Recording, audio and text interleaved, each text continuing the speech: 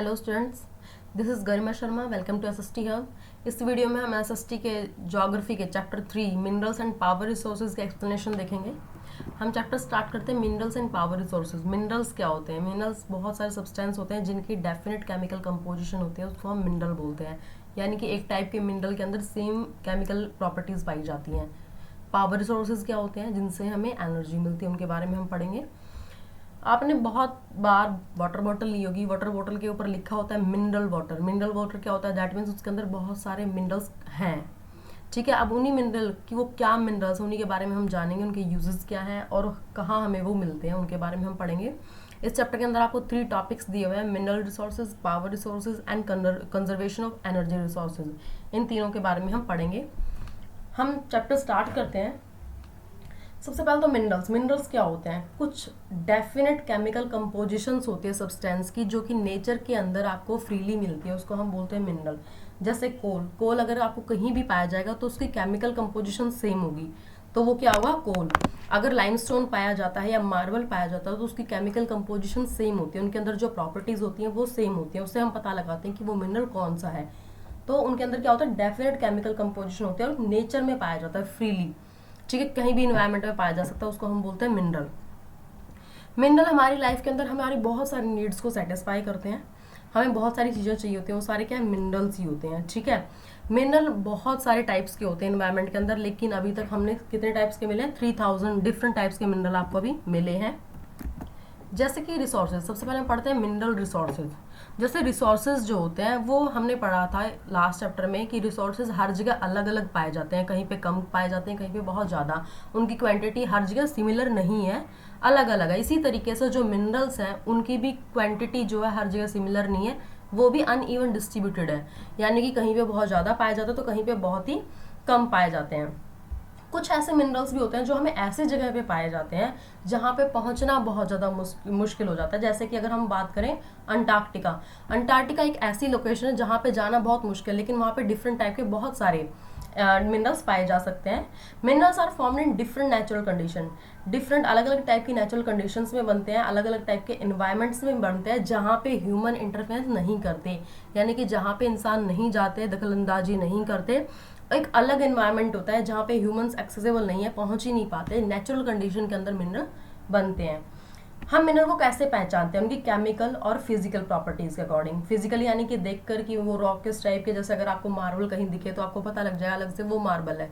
कोल दिखे, कोयला पड़ा हुआ दिखे, ठीक है, तो ये क्या होता है? उनकी फिजिकल प्रॉपर्टी और साथ में केमिकल प्रॉपर्टीज भी होती हैं। ठीक है, केमिकल प्रॉपर्टीज सबकी अलग अलग हो सकती हैं। एक पर्टिकुलर जो मिनरल है उसकी केमिकल प्रॉपर्टी सेम होगी चाहे वो कहीं भी पाया जाए। जैसे कि कलर, अगर हम बात करें, कलर फिजिकली अलग हो सकता है, डेंसिटी अलग हो सकती है, उनकी सॉल्युबिलिटी अलग हो सकती है। यानी कि और भी बहुत सारी ऐसी चीज़ें हैं जिनसे हम मिनरल को पहचानते हैं कि वो कौन सा मिनरल है और वो किस फॉर्म में पाया जा रहा है। मिनरल जो है वो ऑर्गेनिक भी हो सकते हैं और इनऑर्गेनिक भी हो सकते हैं। उनको हम निकालते हैं अर्थ के अंदर से माइनिंग करके। माइनिंग क्या होता है कि अर्थ के अंदर एक वेल गड्ढा खोदा जाता है जहाँ पे बहुत सारे मिनरल हो, यानी कि पहले किसी मशीन के थ्रू अंदाजा लगाया जाता है कि वहाँ पे मिनरल है या नहीं। जब एक रॉक के अंदर बहुत सारा मिनरल होता है तो वहाँ पे क्या खोदा जाता है? उस मिनरल को निकालने के लिए खोदना शुरू करते हैं मिट्टी को। जब खोदते खोदते बहुत नीचे तक आ जाते हैं तो वो क्या होती है? माइन बन जाती है। उनको हम माइन्स बोलते हैं या ओर बोलते हैं, जहाँ से मिनरल निकाला जाता है। और जब मिनरल को निकालते हैं तो उसको हम क्या बोलेंगे? Mining. A rock that has a large concentration of a particular mineral, यानी कि एक टाइप के पार्टिकुलर मिनरल की बहुत ज़्यादा कॉन्सेंट्रेशन होती है, बहुत ज़्यादा मात्रा में वो वहाँ पाया जाता है, उसको बोलते हैं ओर ऑफ दैट मिनरल। यानी कि खान, उस कोई भी पार्टिकुलर मिनरल हो सकता है, कोल हो सकता है, गोल्ड हो सकता है, या हम यहाँ बात करें अगर एग्जाम्पल ले लें गोल्ड, तो गोल्ड की ओर बोलेंगे कि वहाँ पे बहुत ज़्यादा मात्रा में सिर्फ गोल्ड पाया जाता है। Mineral are extracted from that place only where there concentration is high. Mineral सिर्फ उसी जगह से निकाले जा सकते हैं जहाँ पे उनकी कॉन्सेंट्रेशन बहुत ज़्यादा हाई होती है, यानी कि वो बहुत ज़्यादा मात्रा में और एक पर्टिकुलर क्वांटिटी में पाए जाते हैं, सॉरी क्वालिटी में पाए जाते, क्वांटिटी वहाँ पे बहुत ज़्यादा होती है। उस रॉक के अंदर एक पर्टिकुलर मिनरल की क्वांटिटी बहुत ज़्यादा होती है, उसको हम क्या बोलेंगे? ओर। ठीक है, और वहीं से किसी भी मिनरल को हम निकालते हैं। यहाँ पे देखिए मिनरल ओर। अब the study of mineral that chemical structure and properties known as a mineralogy. Study of minerals, mineral के बारे में पढ़ना, उसकी केमिकल स्ट्रक्चर क्या होते हैं, उनकी प्रॉपर्टीज क्या होती है, उन सब चीज़ों के बारे में जब स्टडी की जाती है उसको हम बोलते हैं मिनरोलॉजी।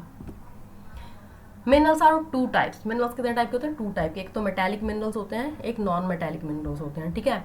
मेटेलिक मिनरल जो हमारे रॉ फॉर्म में पाए जाते हैं, कच्चे फॉर्म में पाए जाते हैं, ये हीट एंड इलेक्ट्रिसिटी इनके अंदर कंडक्ट की जा सकती है, बहुत ज़्यादा हार्ड होते हैं नेचर में, ठीक है।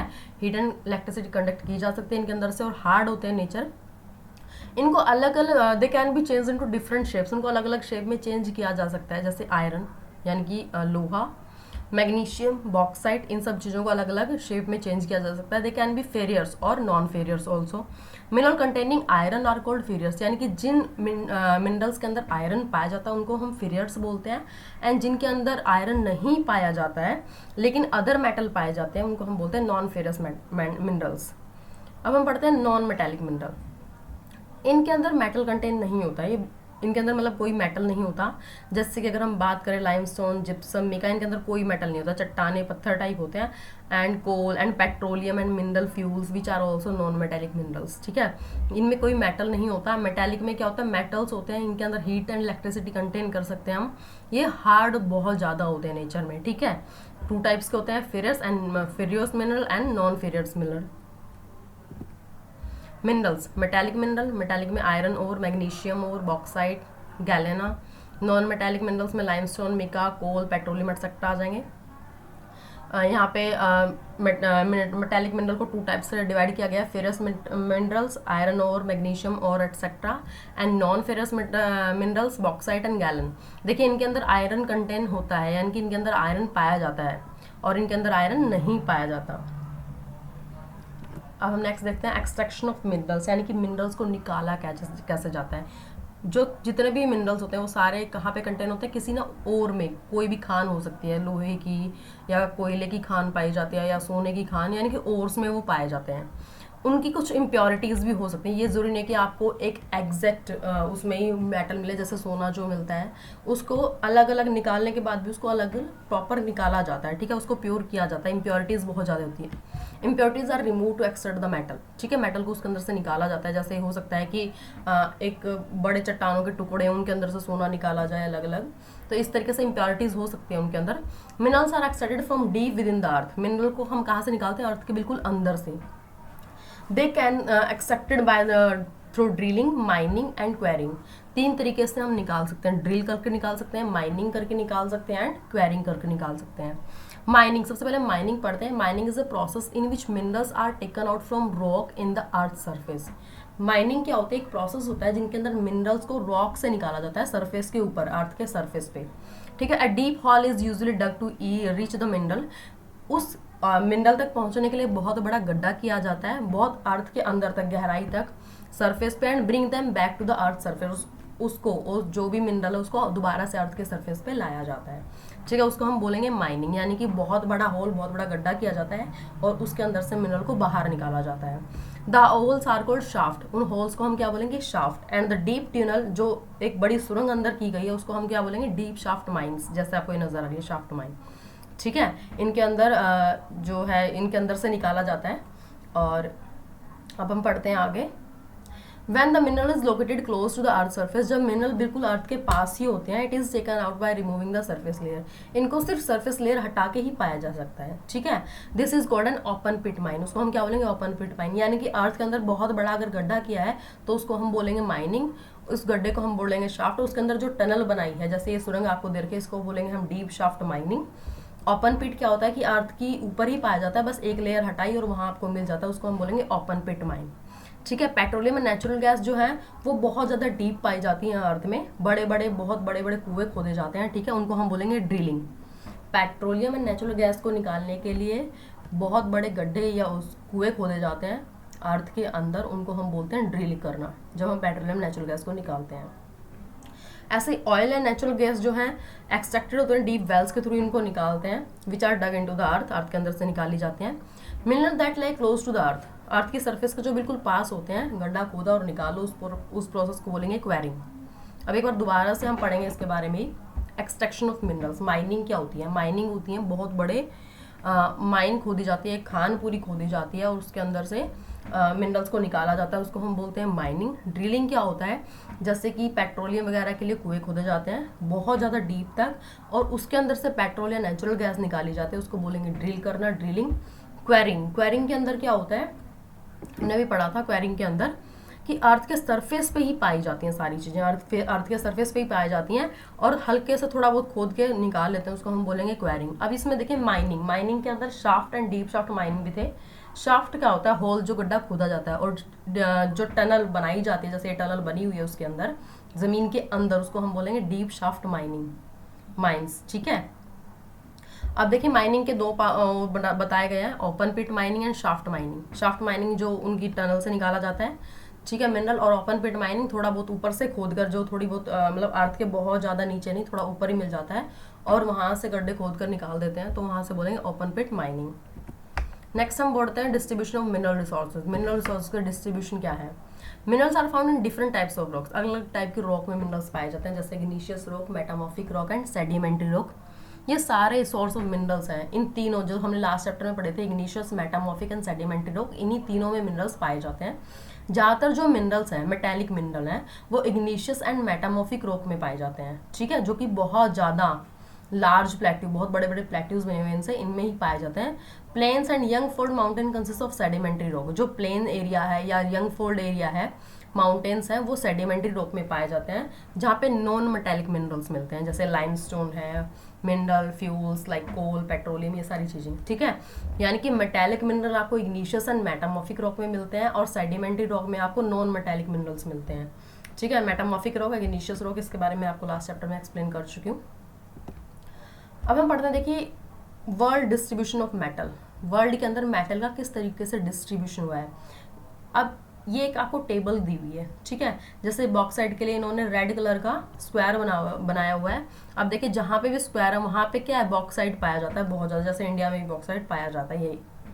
ठीक है, अब क्रोमाइट, कॉपर, गोल्ड, आयरन, इस तरीके से बहुत सारे दिए हुए हैं। इनके सामने सेम सिंबल भी दिए हुए हैं, सिंबल के बारे में आप पढ़ के इसके अंदर से कि गोल्ड के लिए जैसे देखिए ट्रायंगल है, तो गोल्ड कहाँ कहाँ पाया जाता है, जहाँ पे भी ट्रायंगल बने हर जगह गोल्ड पाया जाएगा, जैसे कि इंडिया में भी बना हुआ है, ठीक है, ये ट्रायंगल, तो यहाँ पे गोल्ड पाया जाता है। इस तरीके से आप इस मैप के थ्रू पता लगा सकते हैं कहाँ पे कौन सा मेटल पाया जाता है। टिन के लिए ग्रीन कलर का ट्रायंगल बनाया हुआ है, टंगस्टन के लिए स्टार बनाया हुआ है, ठीक है, इस तरीके से बहुत सारी चीज़ें बनाई, आयरन के लिए ब्लैक कलर का स्टार बनाया गया है।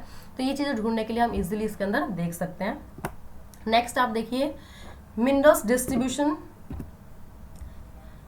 इन डिफरेंट रीजन्स, अलग अलग एरियाज में मिनरल्स का डिस्ट्रीब्यूशन कैसे होता है। जैसे एशिया, एशिया के अंदर बहुत ज़्यादा मात्रा में आयरन डिपॉजिट होता है, आयरन और बहुत सारी है यहाँ पे, जो कि इंडिया एंड चाइना में बहुत ज़्यादा पाई जाती हैं। ठीक है, Malaysia, China, Indonesia largest tin producer है, यहाँ पे टिन बहुत ज़्यादा होता है। इंडिया एंड चाइना में आयरन और, एंड मलेशिया, चाइना, इंडोनेशिया में टिन। ठीक है, Asia produce more than half of the world tin, यानी कि पूरे वर्ल्ड में जो 100% टिन अगर बनता है तो उसमें से 50% सिर्फ एशिया में होता है। Asia has a deposit of manganese, Asia में मैग्नीज, बॉक्साइट, निकल, जिंक, कॉपर, ये सारी चीज़ें पाई जाती हैं। चाइना लीडिंग प्रोड्यूसर है एंटीमोनी, लीड एंड टंगस्टन का। ये सारे मिनरल्स हैं जो एशिया की कुछ कंट्रीज आपको बता रखे हैं, जैसे China, India, Malaysia, China, Indonesia, इन सब में कौन कौन से मिनरल्स पाए जाते हैं। ठीक है, और एशिया में हाफ, पूरे वर्ल्ड का हाफ प्रोड्यूस होता है टिन। नेक्स्ट देखिए यूरोप, यूरोप जो है इसके अंदर बहुत ज़्यादा डिपॉजिट होता है आयरन ओर। ठीक है, आयरन ओर यूरोप के अंदर बहुत ज़्यादा पाया जाता है। ऐसे ही Russia, Ukraine, Sweden and France में। Deposit of copper, lead, zinc and manganese, ये सारे ईस्टर्न यूरोप में और यूरोपियन रशिया में पाए जाते हैं। ठीक है, यानी कि यूरोप के अंदर बहुत ज़्यादा आयरन और रशिया में, यूक्रेन में, स्वीडन में एंड फ्रांस में पाया जाता है। और copper, lead, zinc and manganese जो है वो ईस्टर्न यूरोप या यूरोपियन रशिया में पाए जाते हैं। अब हम पढ़ते हैं नॉर्थ अमेरिका के बारे में। There are 3 main zones where mineral deposit are located, यहाँ पे 3 मेन जोन है जहाँ पे मिनरल डिपॉजिट होते हैं या मिनरल्स पाए जाते हैं। जैसे first the Canadian region north of Great Lake, Great Lake के नॉर्थ में कैनेडियन रीजन है वहाँ पे, the Appalachian region and the mountain region of the west. ठीक है, इन तीनों जगह पे बहुत ज़्यादा मिनरल्स पाए जाते हैं नॉर्थ अमेरिका में। 3 जोन है ये जहाँ पे सबसे ज़्यादा मिनरल्स पाए जाते हैं नॉर्थ अमेरिका में। ठीक है, आयरन और, कॉपर, निकेल, गोल्ड, यूरेनियम, ये सारे कैनेडियन शील्ड रीजन में पाए जाते हैं। Coal is found in Appalachian region, Appalachian region में कोल पाया जाता है। Large deposit of lead, zinc, copper, gold and silver, ये सारी चीज़ें वेस्टर्न कॉर्डिलर्स में पाई जाती हैं। ठीक है, अब हम बढ़ते हैं साउथ अमेरिका। साउथ अमेरिका के अंदर क्या क्या पाया जाता है? साउथ अमेरिका के अंदर ब्राज़ील है जो सबसे ज़्यादा प्रोड्यूस करता है आयरन ओर को पूरे वर्ल्ड में।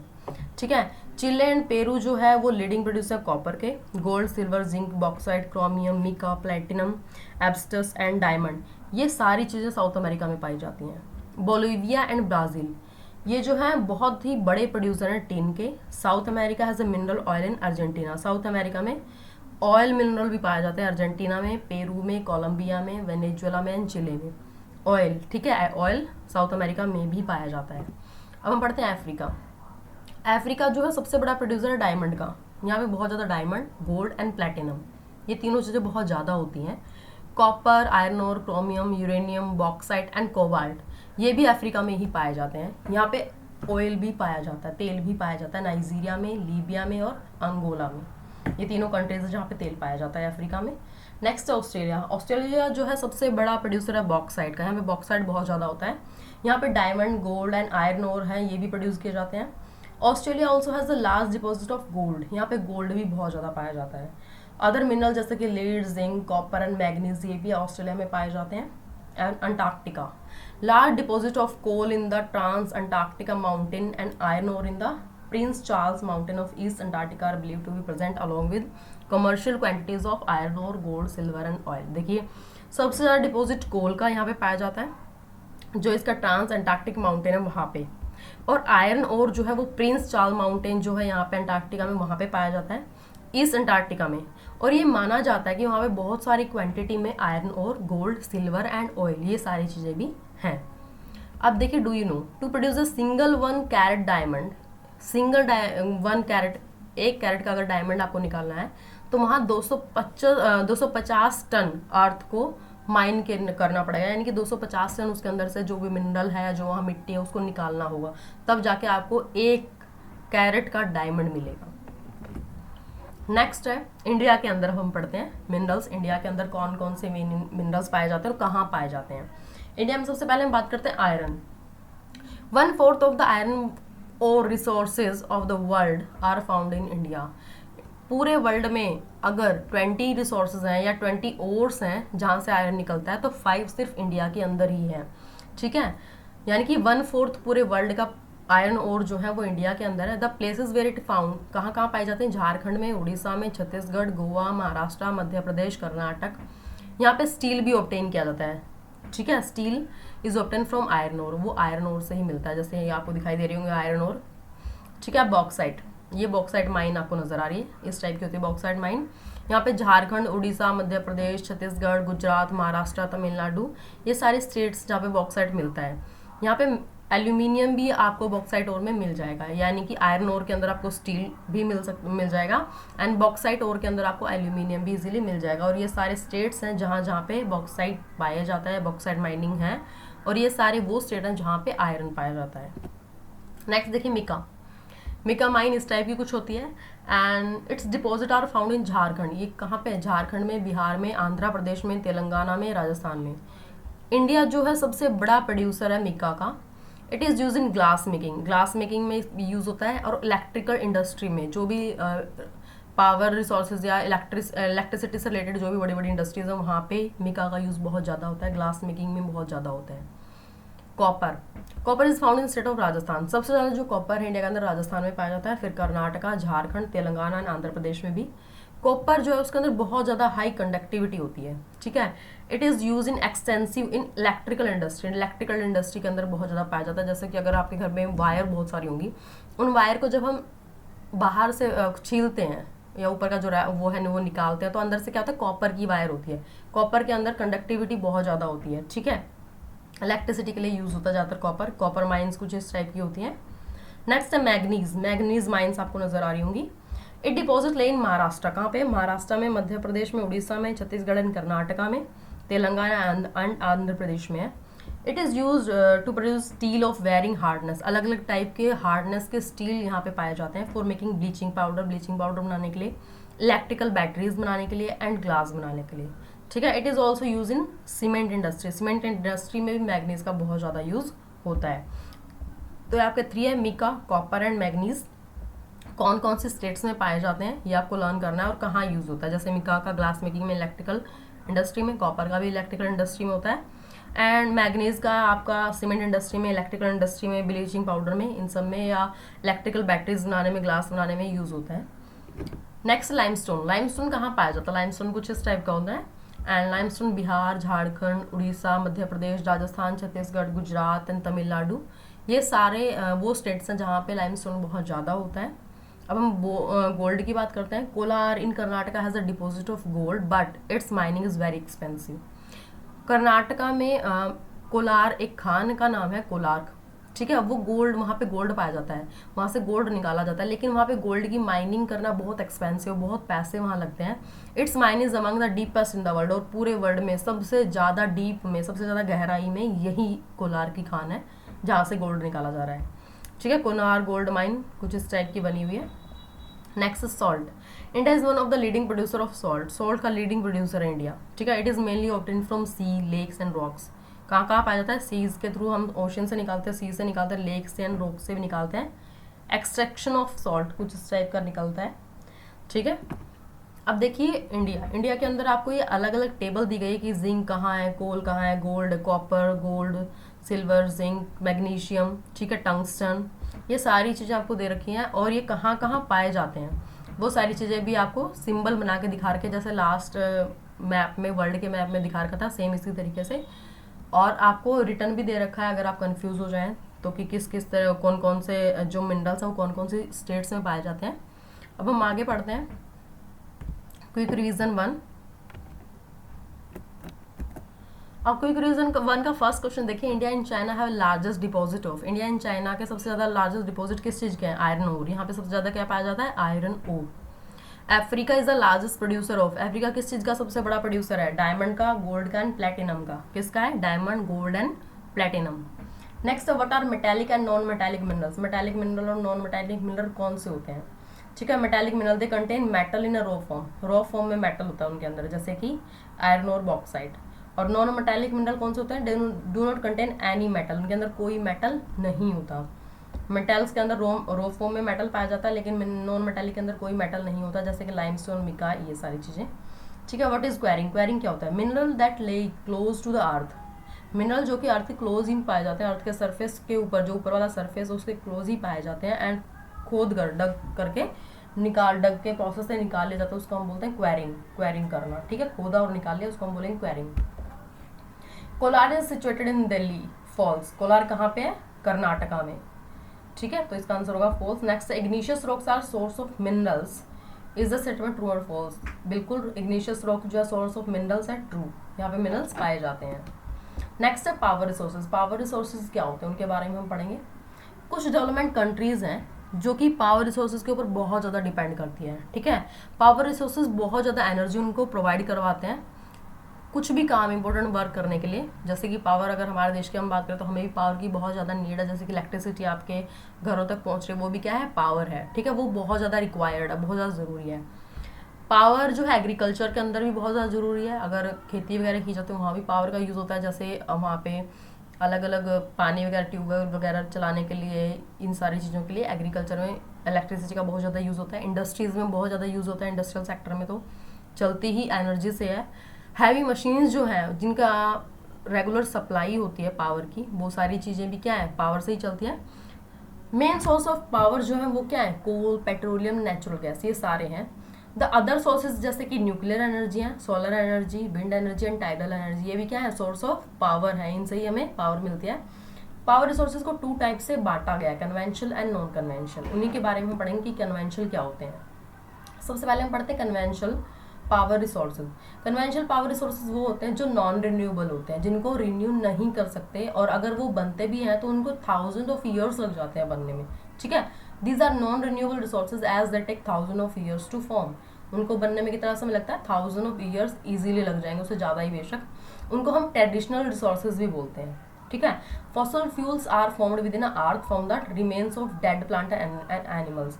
जो फॉसिल फ्यूल अर्थ के अंदर में पाए जाते हैं वो डेड प्लांट और एनिमल से बने होते हैं, यानी कि बाई चांस कभी इन पास्ट बहुत 2000 या 10,000 साल पहले कभी अगर अर्थक्वेक आया हो या सुनामी आई हो, उसके कारण बहुत सारे प्लांट्स, बहुत सारे एनिमल्स मर गए हों, ज़मीन के नीचे दबते चले गए, ठीक है, तो उनको जब हमने मिनरल एज ए मिनरल हमें क्या मिला, फॉसिल फ्यूल्स में चेंज हो गए प्रेशर के कारण और हीट के कारण, अर्थ के बहुत ज़्यादा प्रेशर के कारण और अंदर की जो हीट है उसके कारण वो लोग फॉसिल फ्यूल्स में चेंज हो गए, ठीक है। These fuels are limited and may become exhausted is use without planning.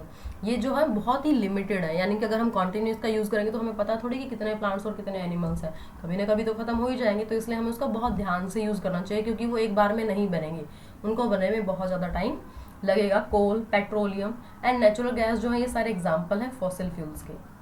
अब हम पढ़ते हैं firewood.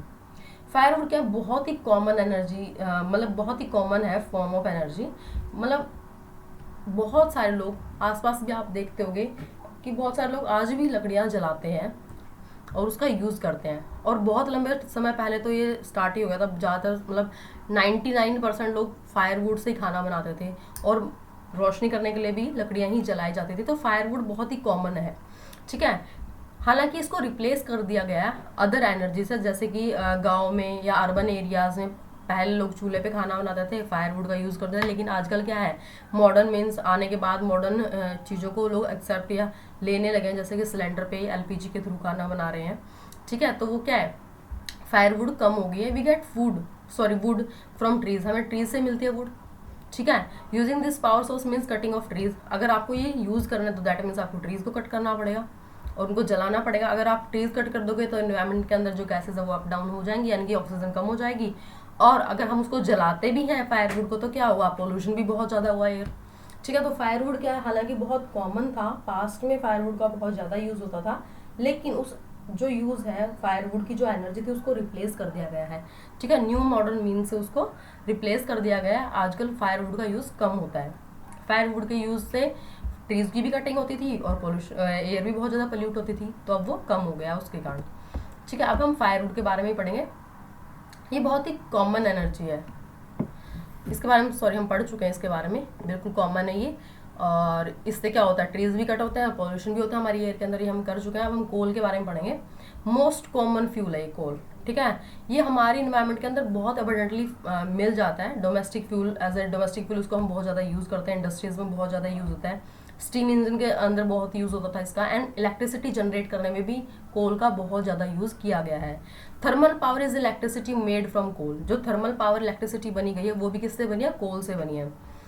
The coal that we today is formed and plant and animal buried millions of years ago, आजकल जो हम जिस कोल का यूज़ कर रहे हैं वो कोल मिलियन ईयर्स पहले बहुत सारे एनिमल्स या प्लांट्स से बना हुआ है, यानी कि बहुत सारे प्लांट्स से एनिमल, जैसे कि मैंने आपको पहले बताया, जैसे बहुत टाइम पहले अर्थक्वेक या किसी भी चीज़ के कारण प्लांट्स एंड एनिमल्स मर गए और वो लेयर टू लेयर उनके ऊपर ढकती चली गई, वो नीचे दब गए, उनसे भी क्या बना है, कोल, ठीक है। It is found in China, USA, Germany, Russia, south Africa and France, ये हर जगह पाया जाता है कोल।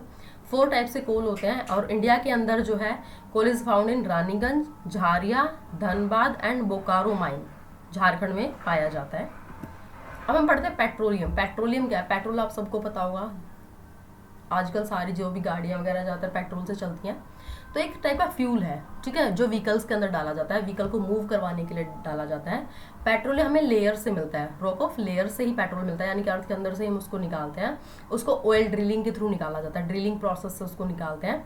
It is then transported to the refineries, उसके बाद उसको रिफाइनरी में भेजा जाता है और उसके अंदर से अलग अलग वैरायटी के प्रोडक्ट निकाले जाते हैं, जैसे कि डीजल निकाला जाता है पहले, फिर पेट्रोल, फिर कैरोसिन, फिर जो बच गया उसके अंदर से रॉ मटेरियल, उसके अंदर से वैक्स, प्लास्टिक एंड लास्ट में ल्यूब्रिकेंट्स जो भी एक्स्ट्रा होंगे वो सारी चीज़ें। The countries where petroleum is found are, जहाँ पे पेट्रोलियम बहुत ज़्यादा पाया जाता है वो कौन कौन सी कंट्रीज हैं, Iran, Iraq, Saudi Arabia and Qatar, ये सारी कंट्रीज है जहाँ पे पेट्रोलियम पाया जाता है। इंडिया के अंदर भी पेट्रोलियम पाया जाता है, डिगबोई में, आसाम में, Bombay high in Mumbai and deltas of Krishna and Godavari river, 3 जगह पे पेट्रोलियम पाया जाता है। पेट्रोलियम जो है वो and its derivatives are called black gold, यानी कि पेट्रोलियम को हम क्या बोलते हैं, पेट्रोलियम प्रोडक्ट्स जो होते हैं उनको हम क्या बोलते हैं, ब्लैक गोल्ड भी बोलते हैं, क्योंकि इनकी इंपॉर्टेंस हमारे यहाँ बहुत ज़्यादा है, ठीक है। पूरे वर्ल्ड में पेट्रोलियम की जो इंपॉर्टेंस है वो बहुत ज़्यादा है, इसलिए हम इसको क्या बोलेंगे, black gold. Hydroelectricity power, hydroelectricity power क्या होती है, the force of flowing water, बहता हुआ जो पानी है उसका force, hardness since long of grinding and grains of generating hydroelectricity, ठीक है। वो क्या करता है, जब बहुत पहले तो हम देखते हैं इलेक्ट्रिक पावर होता क्या है। हाइड्रोइलेक्ट्रिक पावर होता है जो पानी से हमें इलेक्ट्रिसिटी मिलती है, पानी से जो हमें पावर मिलती है उसको हम बोलते हैं हाइड्रोइलेक्ट्रिक पावर। ठीक है, अब पानी से आपको एनर्जी मिलेगी कैसे? हम क्या करते हैं, बड़े बड़े डैम बना लेते हैं, जैसे आपको नजर आ रहा है पिक्चर के अंदर भी ये डैम बने हुए हैं। ठीक है, अब डैम के अंदर से हल्का सा पानी छोड़ते हैं और नीचे टरबाइन लगा दी जाती है। अब ये हल्का सा पानी छोड़ने से क्या होगा, बहुत प्रेशर से जब ये ऊपर तक भर जाएगा तो बहुत प्रेशर से पानी निकलेगा। प्रेशर से क्या निकलेगा, टरबाइन को बहुत तेज घुमाएगा। घुमाने से क्या होगा, उसके अंदर जो है पावर जनरेट होगी, हीट जनरेट होगी, और हीट जनरेट से हमें क्या मिलेगी, इलेक्ट्रिसिटी। और पानी से मिले इसलिए इसको क्या बोलेंगे, हाइड्रो इलेक्ट्रिसिटी। एक बार पढ़ लेते हैं। The force of flowing water has been harnessed since long for grinding grains and for generating hydroelectricity. ठीक है, ग्रेन्स वगैरह उगाने के लिए और इलेक्ट्रिसिटी जनरेट करने के लिए भी हम इस पानी का यूज करते हैं। Hydro electric power is produce as a water pass through a dam. Hydroelectricity जो कब प्रोड्यूस होती है, जब किसी डैम के अंदर से पानी पास होता है। ये बिल्कुल क्लीन होता है और नॉन पोल्यूटिंग होता है, which give electricity as a much cheaper rate than by other sources. उस पर जो इलेक्ट्रिसिटी हमें बहुत ही कम रेट में मिल जाती है। ठीक है, जैसे कि अगर अदर सोर्स से हम ले तो उसके अंदर हमें बहुत ज़्यादा एक्सपेंस करना पड़ेगा, बहुत ज़्यादा पैसा लगाना पड़ेगा, लेकिन हाइड्रो इलेक्ट्रिसिटी जो है वो हमें कम पैसे से मिल जाएगी। बहुत सारी ऐसी कंट्रीज़ हैं जो हाइड्रो इलेक्ट्रिसिटी प्रोड्यूस करती हैं। इंडिया के अंदर भी ये डेवलप किया जाता है। ठीक है, जैसे कि Bhakra Nangal dam, Damodar valley corporation project, Hirakud, Rihand, Jog fall, Nagarjuna Sagar, ये सारे जगह ऐसी हैं जहाँ पे हाइड्रो इलेक्ट्रिसिटी या हाइड्रो इलेक्ट्रिक पावर प्रोड्यूस की जाती है। अब हम पढ़ते हैं natural gas. It occurs with petroleum and is release upon crude oil coming to surface. ये पेट्रोलियम से ही निकलती है, रिलीज की जाती है पेट्रोलियम से, क्रूड ऑयल से। ठीक है, इट्स मेजर प्रोड्यूसिंग कंट्रीज जो है Russia, Norway, UK and Netherland. India के अंदर भी ऑयल पाया जाता है, मुंबई में, जैसलमेर, तमिलनाडु, आंध्र प्रदेश, उड़ीसा, यहाँ पे नेचुरल गैस पाई जाती है। It is use in domestic as well as industrial sector. यहाँ पे डोमेस्टिक यानी घरों में लोग यूज करते हैं, यहाँ इंडस्ट्रियल सेक्टर में यूज की जाती है। It is transported by pipelines, pipeline के थ्रू ये भेजी जाती है। और it is being consumed at an alarming rate and pollute and release from burning this fuels. ये एक अलार्मिंग रेट पे कंज्यूम की जाती है, यानी कि ये ध्यान में रख कर कि ये खत्म हो जाएगी, इस रेट पे कंज्यूम की जाती है, इस रेट पे कंज्यूम की जाएगी। और ये बहुत ज़्यादा पोल्यूटेंट्स नहीं होती है, sorry, and pollutants and are release from burning this fuels. और कुछ पोल्यूटेंट्स भी निकलते हैं इसको जलाने से। नेक्स्ट है non conventional power resources. Non conventional power resources कौन से होते हैं? Fossil fuels are at risk of being exhausted. Fossil fuel ऐसे होते हैं जो कि खत्म होने की कगार पे हैं। ठीक है, non conventional power resources have been brought to use to meet the increasing demand of power. अब नॉन कन्वेंशनल पावर रिसोर्सेज बनाए गए हैं जो कि हमारी बढ़ती हुई पावर की डिमांड जो है उसको खत्म किया जा सके या उसको सेटिस्फाई किया जा सके। They are generally renewable. ये ज़्यादातर क्या होता है, रिन्यूएबल होते हैं, क्योंकि जो कन्वेंशनल हमने पढ़े जैसे कि नेचुरल गैस को एग्जांपल ले लेते हैं, ये क्या होते हैं, पॉल्यूट भी करते हैं एनवायरनमेंट को और ख़त्म होने के कगार पे भी हैं। लेकिन नॉन कन्वेंशनल पावर रिसोर्सेज वो होते हैं जो इजीली एनवायरनमेंट के अंदर मिल जाएंगे, यानी कि वो रिन्यूएबल होते हैं और साथ साथ उनसे पॉल्यूशन भी नहीं होता एनवायरनमेंट में। उन्हीं के बारे में हम पढ़ेंगे, नॉन कन्वेंशनल पावर रिसोर्सेज। सबसे पहले nuclear energy. Nuclear energy nucleus से निकलती है, न्यूक्लियर ऑफ एटम्स। एटम के छोटे छोटे न्यूक्लियर्स होते हैं, उनसे न्यूक्लियर एनर्जी निकलती है। Nuclear occurring radioactive elements, इनके अंदर रेडियो एक्टिव एलिमेंट्स होते हैं।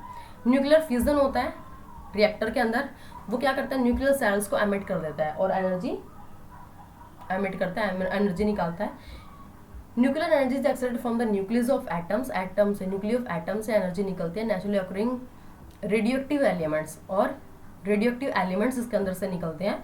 Nuclear fission in nuclear reactor allows the nuclear cell to emit energy. Nuclear fission जो होता है न्यूक्लियर रिएक्टर के अंदर, वो न्यूक्लियर सेल्स को एनर्जी एमिट करवाता है या उनके अंदर से एनर्जी निकलती है। यूएसए और बहुत सारी यूरोपियन कंट्रीज हैं जिनके अंदर ये पाया जाता है। इंडिया में भी बहुत सारे डिपॉजिट है, जैसे मोनजाइट, सैंड्स एंड थोरियम जो है, इन सब का यूज़ किया जाता है। केरला में बहुत सारे न्यूक्लियर पावर स्टेशन भी हैं, जैसे कि कैगा इन कर्नाटका, राणा प्रताप सागर इन कोटा, नारोरा इन उत्तर प्रदेश एंड तारापुर इन महाराष्ट्र। ये सारे न्यूक्लियर एनर्जी के प्लांट हैं। न्यूक्लियर एनर्जी न्यूक्ली के एटम से निकलती है, न्यूक्लियर सेल से निकलती है, जो एनर्जी प्रोड्यूस करते हैं। Advantage, emit large amount of energy, बहुत ज़्यादा एनर्जी निकलती है, बहुत कम अमाउंट में फ्यूल चाहिए होता है इसके लिए।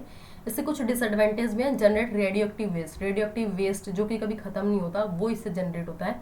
बहुत ज़्यादा एक्सपेंसिव होता है न्यूक्लियर एनर्जी। जैसे देखिए production of nuclear energy.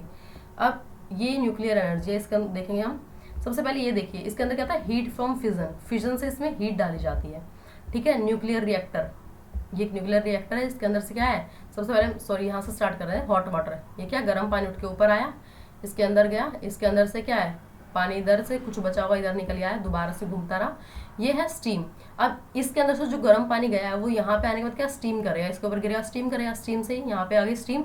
Steam बहुत ज़्यादा होने के कारण या भाप बहुत ज़्यादा होने के कारण वो क्या करते हैं, टरबाइन घुमाएंगे, टरबाइन बहुत स्पीड से घूमेगी, उससे जनरेटर घूमेगा, और जनरेटर घूमने से क्या होगी, इलेक्ट्रिसिटी प्रोड्यूस होगी।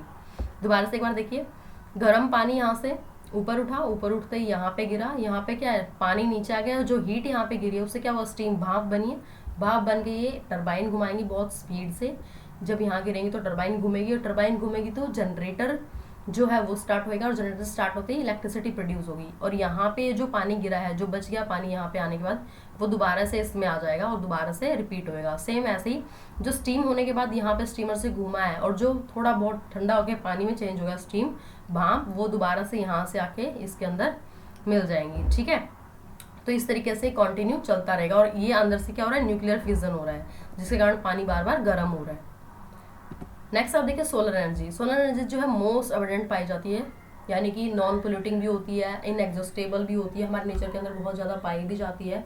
कुकिंग करने में भी लोग इसका यूज़ करते हैं, वाटर डेजिलेशंस में, हीटिंग में, और क्रॉप ड्राइंग, सारी चीज़ों में हम सूर्य का यूज़ करते हैं, सोलर एनर्जी का यूज़ करते हैं। Photovoltaic cell has increase the use of solar energy by 7 times. Photovoltaic जो होते हैं, फोटोवोल्टेनिक सेल्स जो होते हैं, वो सोलर एनर्जी को 7 टाइम्स मतलब डबल कर देते हैं, यानी कि 7 गुना बढ़ा देते हैं। The solar cells convert solar energy into electricity, और सोलर सेल्स जो हैं वो सोलर एनर्जी इलेक्ट्रिसिटी बनाते हैं। Tropical countries have advantage of abundant sunlight. Tropical countries जो उनके अंदर बहुत सारी मात्रा में सनलाइट है, सोलर कुकर यूज़ करते हैं, सोलर ड्रायर्स, सोलर हीटर्स, ये सारी चीज़ें यूज़ किया जाते हैं using solar energy. That means क्या है, टोटली अगर हम देखें, सोलर एनर्जी जो हमें सूर्य से मिलती है, ठीक है, वो बहुत ज़्यादा मात्रा में हमारे यहाँ पाई जाती है, पोल्यूशन भी नहीं होता, ख़त्म भी नहीं होती। कुकिंग करने में लोग उसका यूज़ करते हैं, क्रॉप्स को ड्राई करने में, हीट लेने में, वाटर गर्म करने में, इन सारी चीज़ों में इसका यूज़ किया जाता है। और कुछ सेल्स होते हैं वोल्टैक सेल्स, ठीक है, वो क्या करते हैं, इस सोलर एनर्जी को 7 गुना बढ़ा देते हैं। सोलर सेल्स जो होते हैं वो सोलर एनर्जी में कन्वर्ट हो जाते हैं। जो सोलर सेल्स हैं वो एनर्जी, और इसको सूर्य की रोशनी को सोलर एनर्जी में कन्वर्ट कर देते हैं इनटू इलेक्ट्रिसिटी, इलेक्ट्रिसिटी में उसको बदल देते हैं। जो लोग गाँव में ज़्यादातर यूज़ करते हैं इसको, वहाँ पे इन चीज़ों का यूज़ किया जाता है। सोलर एनर्जी के बारे में पढ़ेंगे। एडवांटेज, रिन्यूएबल एनर्जी है, लो मेंटेनेंस कॉस्ट लगती है, इको फ्रेंडली होती है बहुत ज़्यादा, ठीक है। Disadvantage, the initial cost of installing a solar panel comparatively high. अगर आप सोलर पैनल जैसे ये बना हुआ है तो ये बहुत ज़्यादा हाई उसमें बना हुआ है, बहुत ज़्यादा इसमें पैसा लगा है। सोलर पैनल जो है डिपेंड करते हैं सनलाइट के ऊपर कि वहाँ पे सूर्य की रोशनी कितनी आ रही है। Solar panel requires a lot of space. Solar panel जो उनको बहुत सारा स्पेस चाहिए कि उनके ऊपर सूर्य की रोशनी सीधी पड़ सके। Transportation and installation of solar panels have been associated with the emission of greenhouse gases. ज़्यादा हम ट्रांसपोर्ट करते हैं, इंस्टॉल करते हैं सोलर पैनल्स को, तो क्या होगा, हमारे एनवायरनमेंट के अंदर ग्रीन हाउस गैसेज बहुत ज़्यादा हो जाएंगी, यानी कि हीट बहुत ज़्यादा बढ़ जाएगी। अब हम पढ़ते हैं जियोथर्मल एनर्जी। जियोथर्मल एनर्जी क्या है, ठीक है, उसके बारे में हम पढ़ेंगे। Geothermal energy, it is the heat energy that is release from inside the earth. Heat energy जो अर्थ के अंदर से निकलती है in the form of hot springs में, ठीक है। It is clean and eco friendly, बहुत ही साफ और इको फ्रेंडली होती है, लेकिन इसके but its plant are located far away from the cities which make them costly. लेकिन इसके जो प्लांट है वो बहुत दूर उगाए जाते हैं, जो कि बहुत कॉस्टली पड़ता है। It is tapped in Iceland, New Zealand, Philippines and Central America, यहाँ पे यूज़ होते हैं। In India geothermal plants are located Manikaran in Himachal Pradesh and Puga valley in Ladakh. यहाँ पे जियोथर्मल एनर्जी का यूज़ किया जाता है। देखिए आप इसके अंदर अर्थ के बिल्कुल अंदर ही पाइप डाले हुए हैं, स्टीम्स, वेल्स एंड वाटर वगैरह, टरबाइन उनसे घूमते हैं, हीट से बहुत ज़्यादा इनसाइड अर्थ के अंदर से जो हीट आती है उससे, और जनरेटर स्टार्ट हो जाता है और इलेक्ट्रिसिटी प्रोड्यूस होती है। ये कुछ नेचुरल क्रैक्स दे रखे हैं आपको दिखाने के लिए। प्रोडक्शन ऑफ जियोथर्मल एनर्जी है ये। अब देखिए advantage, eco friendly, easily available होती है। डिसएडवांटेज क्या है, result in the emission of greenhouse gases. इससे भी क्या होगा, ग्रीन हाउस गैसेज बहुत ज़्यादा बढ़ जाएंगी। हाई इन्वेस्टमेंट कॉस्ट होती है, पैसा बहुत ज़्यादा लगता है। विंड एनर्जी क्या होती है, नॉर्मल सी बात है, विंड एनर्जी मतलब विंड से जो एनर्जी मिलती है उसको हम क्या बोलते हैं, विंड एनर्जी। ये भी कभी खत्म नहीं होती। ये इरिगेशन पर्पस के लिए या जनरेटिंग इलेक्ट्रिसिटी बहुत यूज़ की जाती है, बिल्कुल सेफ होती है, क्लीन होती है, इसमें कोई पोल्यूशन नहीं होता। ठीक है, बहुत सारे फैक्टर्स के ऊपर रिस्पॉन्सिबल करते हैं, जैसे विंड की स्पीड वहाँ क्या है, डायरेक्शन कहाँ है, इंटेंसिटी वहाँ कितनी है, सारी चीज़ें बहुत ज़रूरी है। यूरोप जो है वो 70% विंड एनर्जी का पूरे वर्ल्ड की बनाता है। It has grown 13 times over the last few years, पिछले सालों से 13 गुना ज़्यादा ये अभी हीट प्रोड्यूस यूज़ कर रहा है, सॉरी विंड एनर्जी प्रोड्यूस कर रहा है। अगर हम इंडिया के अंदर बात करें तो गुजरात, तमिलनाडु, महाराष्ट्र, उड़ीसा, ये सारे good potential of wind energy हैं, क्योंकि यहाँ पे अच्छी मात्रा में विंड एनर्जी या विंड रिसोर्सेज जो है वो इजीली लगाए जा सकते हैं, विंड एनर्जी बहुत ज़्यादा वहाँ से ली जा सकती है। ठीक है, because of high speed winds, क्योंकि यहाँ विंड्स बहुत तेज चलती हैं। High speed winds rotate the wind mill, high speed wind जो होते हैं, बहुत स्पीड से जो हवाएं चलती हैं वो विंड मिल को पूरा घुमा देती हैं, और जो रोटेशन होती है जितनी ज़्यादा होगी इलेक्ट्रिसिटी उतनी ज़्यादा प्रोड्यूस होगी। Wind farms have many windmills, wind farm के अंदर बहुत सारी विंड मिल्स होती हैं, इस टाइप की बहुत सारी विंड मिल्स लगी होती हैं फॉर प्रोड्यूसिंग इलेक्ट्रिसिटी, इलेक्ट्रिसिटी को प्रोड्यूस करने के लिए। अब हम विंड एनर्जी कुछ एडवांटेज एंड डिसएडवांटेजेस देख लेते हैं। एडवांटेज क्या है, रिन्यूएबल एनर्जी है, लो मेंटेनेंस कॉस्ट लगती है, इको फ्रेंडली होती है। डिसएडवांटेज क्या होंगे, इंस्टॉलेशन बहुत ज़्यादा एक्सपेंसिव होगा, यानी उसको लगाना बहुत ज़्यादा एक्सपेंसिव होगा, उसके बाद उस पर कोई पैसा नहीं लगता। Wind turbine pose a threat to wildlife, wind turbine जो है वो एक पोज बन जाती है, एक घबराहट बन जाती है वाइल्ड लाइफ के लिए। Wind turbine create noise pollution, उससे नॉइज पोल्यूशन, जब ये घूमती हैं तो नॉइज पोल्यूशन बहुत ज़्यादा होता है यहाँ पे, यानी कि इकट्ठी टर्बाइन अगर बहुत सारी घूमेगी तो बहुत शोर यहाँ होता है, तो ये इसकी डिसएडवांटेज है। टाइडल एनर्जी क्या होती है, energy which is generated by capturing the energy containing in tides, जो टाइड्स के अंदर एनर्जी होती है, कंटेन होती है उसके अंदर, उसको हम बोलेंगे tidal energy. Tides during high tide turn the turbine in dams, जब बहुत ज़्यादा टाइड्स, बहुत बड़े बड़े टाइड्स आते हैं तो टर्बाइन को, जो डैम के अंदर टर्बाइन लगे होते हैं उनको पूरी तरह से घुमा देते हैं बहुत तेज़ी से, और इलेक्ट्रिसिटी प्रोड्यूस होती है, जैसे कनाडा में, फ्रांस में, ये सारे टाइडल एनर्जी प्रोड्यूस करते हैं। और इंडिया के अंदर गल्फ ऑफ कच्छ जो है जहाँ पे एनर्जी प्रोड्यूस की जा सकती है। टाइडल एनर्जी के एडवांटेज होते हैं, इनएग्जॉस्टेबल एनर्जी होती है, ठीक है, एनवायरमेंट फ्रेंडली होती है। टाइडल पावर जो है, efficiency of tidal power is far greater as compare to coal, solar and wind energy, इनकी एफिशिएंसी बहुत ज़्यादा होती है टाइडल्स की। All the cost of construction of tidal power is high but maintenance cost are relatively low, हालांकि उनको construct करना, पहले उनको लगाना बहुत ज़्यादा पैसा लगता है, लेकिन उसके बाद उनकी मेंटेनेंस बहुत ही कम पैसे में हो जाती है। डिसएडवांटेज क्या है, cost of construction of tidal power plant is high, उनको कंस्ट्रक्ट करना बहुत पैसे लगते हैं। There are very few ideal locations of construction of tidal power plant and they too are localized to coastal regions। अब बहुत सारे ऐसे एरिया होते हैं जहाँ पे टाइडल पावर को लगा ही नहीं सकते, यानी कि उसको लगाने के लिए जो जगह है वो बहुत कम है, और वो भी लोकलाइज्ड हो चुके हैं, यानी कि वहाँ पे लोग पहले से रहते हैं, या कोस्टल रीजन है ज़्यादातर वो। Influence aquatic life, aquatic life को इससे बहुत ज़्यादा खतरा रह सकता है, एक्वेटिक लाइफ को बहुत ज़्यादा हार्मफुल रहती हैं। जैसे देखिए प्रोडक्शन ऑफ टाइडल्स, टाइडल क्या होते हैं, इस टाइप के जनरेटर्स लगे होते हैं, हाई टाइड्स, ठीक है। अब यहाँ जो पानी की साइड होगा लो टाइड, बहुत स्पीड से जब पानी आएगा अंदर से टरबाइन स्पीड से घूमेगी, जो इसके अंदर दे रखी है टरबाइन वो स्पीड से घूमेगी और यहाँ पे आके लो टाइड में बदल जाएगी, कम यहाँ पे टाइड हो जाएगी। अब बहुत स्पीड से घूमेगी तो क्या, जनरेटर बहुत स्पीड से घूमेगा, टरबाइन स्पीड से घूमेगी, टरबाइन स्पीड से घूमेगी तो क्या होगा, इलेक्ट्रिसिटी प्रोड्यूस होगी, ठीक है। तो ये होते हैं टाइडल्स। इनको बनाना, जनरेट करना बहुत मुश्किल होता है, कंस्ट्रक्ट करना बहुत मुश्किल होता है, बहुत पैसा खर्च होता है, लेकिन एक बार बनने के बाद इसमें ज़्यादा पैसे नहीं लगते। अब देखिए बायोगैस, अर्बन वेस्ट जो है, या फास्ट ग्रोइंग शर्ब्स, एनिमल डंग जो है, या किचन वेस्ट, ये सारी चीज़ें क्या है, बायोमास है, यानी कि जो भी वेस्टेज हमारे प्लांट सड़ गए हैं, एनिमल का डंग है, किचन से जो भी सामान निकला है, वेस्टेज जो है वो है बायोमास।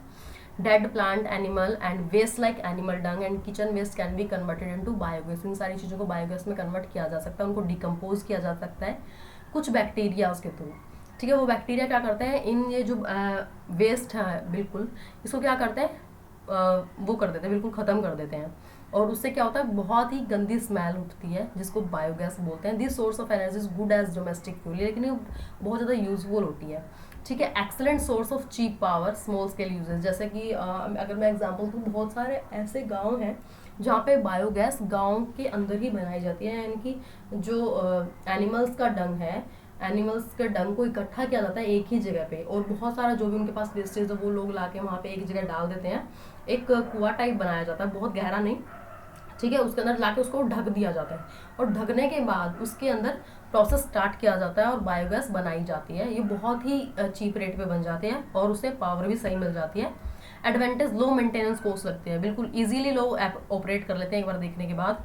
बायो वेस्ट उससे खत्म हो जाता है, जो भी make use of bio waste जो होता है हमारा, उसको दोबारा से यूज किया जा सकता है। डिसएडवांटेज, ग्रीन हाउस इफेक्ट बहुत ज़्यादा बढ़ जाता है, यानी कि वहाँ पे भी आसपास हीट, गर्मी बहुत ज़्यादा होती है, कार्बन डाइऑक्साइड बहुत ज़्यादा बढ़ जाती है।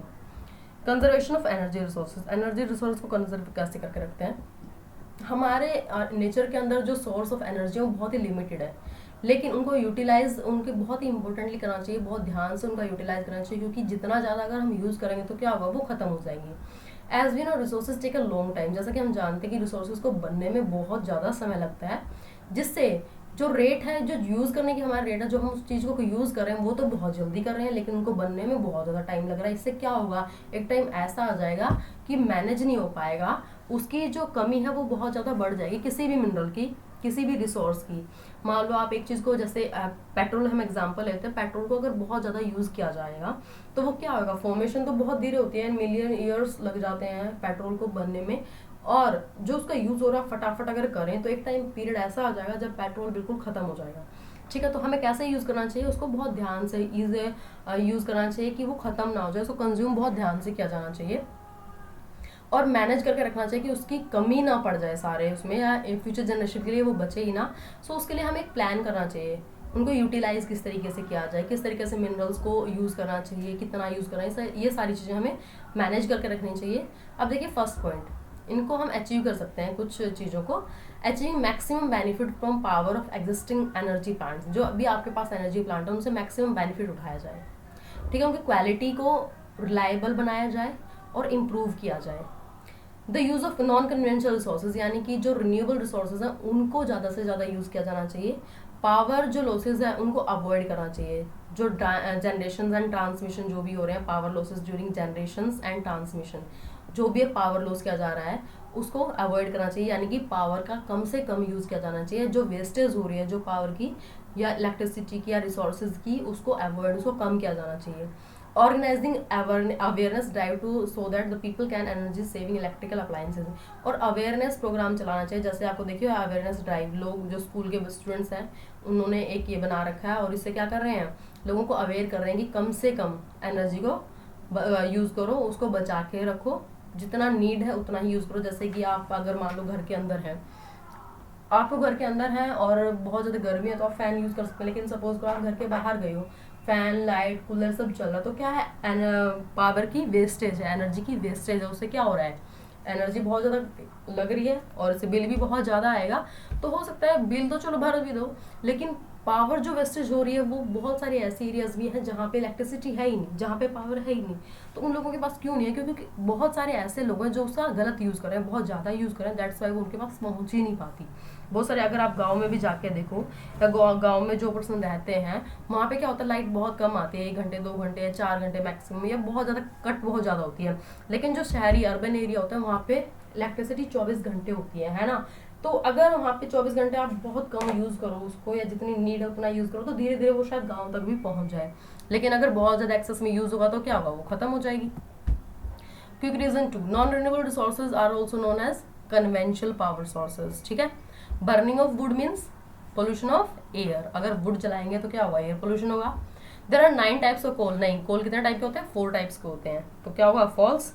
Where is natural gas use, natural gas कहाँ पे यूज होती है, domestic as well industrial sector के लिए, यानी कि डोमेस्टिक काम के लिए या घरों के काम के लिए या इंडस्ट्रीज में। Why should we use non conventional power sources, non conventional power sources जो रिन्यूएबल भी नहीं होते नेचर में, are renewable in nature and do not pollute the environment. Sorry, non conventional power sources वो होते हैं, पावर सोर्सेज वो होते हैं जो रिन्यूएबल होते हैं नेचर में, और साथ साथ उनसे एनवायरनमेंट में पॉल्यूशन भी नहीं फैलता, तो इसलिए हमें ज़्यादा से ज़्यादा नॉन कन्वेंशनल पावर सोर्सेज का यूज़ करना चाहिए। नेक्स्ट है रिड्यूस, रीयूज एंड रिसाइकिल। ये तीनों क्या होते हैं, 3 Rs। हम अपने मिनरल्स को या सोर्सेज को, जो एनर्जी सोर्सेज उनको बचा के रख सकते हैं 3 Rs के थ्रू। 3 Rs मतलब रिड्यूस, यानी कि कम से कम यूज़ किया जाए, जितनी नीड है उतना ही यूज़ किया जाए। रीयूज़, उसको दोबारा से यूज़ किया जाए, जिस चीज़ से आपको सोर्स एनर्जी मिल रही है उसको दोबारा यूज़ किया जाए। ठीक है, रिसाइकिल करना, अगर एक चीज़ को आपने यूज़ कर लिया तो दोबारा अगर नहीं हो रहा तो उसको रिसाइकिल किया जाए, यानी कि दूसरी चीज़ में बदल उसको दोबारा से यूज़ किया जाए। जैसे कि हम देख लेते हैं, recycling of metallic minerals is way of conserving resources as a recycled mineral can be used again. Recycling of metal, metallic minerals, जो रिसाइकलिंग होती है, यानी कि दोबारा से जिन मिनरल्स को बनाया जाता है उनको कंजर्व करके रखा जाता है और रिसाइकिल मैनर में उनको यूज किया जाता है। Reducing the use of mineral is another way of conserving them, उनको कम से कम यूज करना। Effort should be made in avoiding wastage, effort किस लिए यूज किए गए हैं, वेस्टेज को कम करने के लिए। In their mining and extraction, यानी कि उनकी माइनिंग कम हो, उनको जो बाहर निकाला जा रहा है अर्थ से वो कम से कम निकाला जाए। Technology should be use to use even and poor quality ores, ठीक है, और हर जगह टेक्नोलॉजी का यूज किया जाना चाहिए, पुअर क्वालिटी और जो है वहां पे भी।